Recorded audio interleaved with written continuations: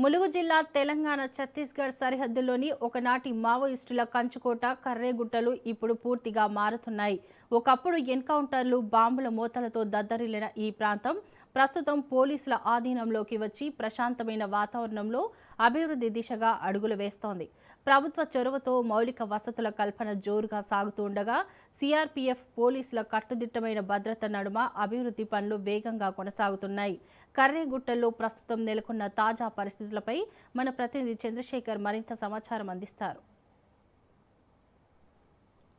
ఒకప్పుడు మావోయిస్టుల కంచుకోట ఇటు తెలంగాణ, ఛత్తీస్గఢ్, ఒరిస్సా, మహారాష్ట్ర బార్డర్లో ఉన్న కర్రెగుట్టల ప్రాంతం. ప్రస్తుతం మనం కర్రెగుట్టల ప్రాంతంలో ఉన్నాము.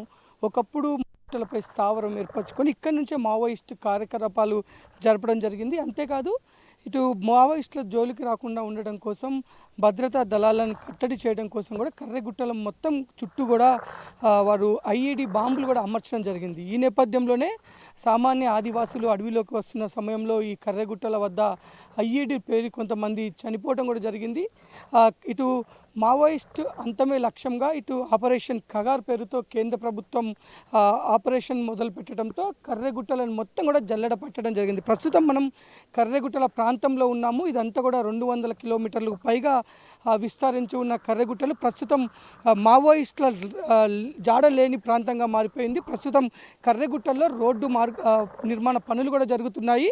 ఇటు వాజేడు మండలం ముర్మూరు దగ్గర ఒక బెటాలియం సిఆర్పిఎఫ్ 39 బెటాలియంని ఏర్పాటు చేశారు. అంతేకాకుండా 16 కిలోమీటర్ల అడవిలో మామునూరు నుంచి 16 కిలోమీటర్ల లోపలికి వస్తే అక్కడ కూడా ముర్మూరు దగ్గర నుంచి 16 కిలోమీటర్లు లోపలికి అడవిలోకి వస్తే ఇక్కడ పామునూరు అనే ఒక ఆదివాసీ గ్రామం ఉంటుంది. అక్కడ కూడా 39 సిఆర్పిఎఫ్ బెటాలియం క్యాంప్ ఏర్పాటు చేశారు. మొత్తం అక్కడి నుంచి ఇటు జల్లా, డోలి, తడపాల వరకు కూడా రహదారి నిర్మాణాలు జరుగుతున్నాయి. ప్రస్తుతం తడపాల వరకు జరుగుతున్న రహదారి నిర్మాణ పనులు పర్యవేక్షించడానికి Telangana DGP CV Anand road మార్గాన కూడా ప్రస్తుతం రావడం జరిగింది. ప్రస్తుతం ఇటు కర్రెగుట్టల ప్రాంతాన్ని మొత్తం కూడా జరుగుతున్న నిర్మాణ పనులు, పోలీస్ క్యాంపులు, సిఆర్పిఎఫ్ క్యాంపులు, ఇక్కడ ఆదివాసీ ప్రజలతో మాట్లాడుతూ ఇక్కడ జరుగుతున్న నిర్మాణ పనులు కూడా పరిశీలిస్తున్నారు. ప్రస్తుతం ఒక రాష్ట్ర డీజీపీ ఒకప్పుడు మావోయిస్టు కంచుకోట అయిన కర్రెగుట్టలోకి రోడ్డు మార్గాన రావటం, అది కూడా ఇక్కడ జరుగుతున్న అభివృద్ధి పనులు చూడటం, ఇక్కడ ఏమేమి ప్రభుత్వం ఎలాంటి చర్యలు తీసుకోవాలి, ఈ రోడ్డు నిర్మాణ పనులతో పాటు అనేక మౌలిక నిర్మాణాలు జరుగుతున్నాయి. ముఖ్యంగా ఇటు టూరిజం కూడా ఇక్కడ డెవలప్ చేయాలని ప్రభుత్వాలు ఆలోచిస్తున్నాయి. ఆ దిశగా అయితే ఇక్కడ నిర్మాణ పనులు జరుగుతున్నాయి. పోలీసులు ఇప్పుడు ఒకప్పుడు కంచుకోట మావోయిస్ట్ కంచుకోటలో ఈరోజు పోలీసులు పాగా వేశారు. మొత్తం కూడా పోలీసుల ఆధీనంలో ఈ కర్రెగుట్టలు ఉన్నాయి.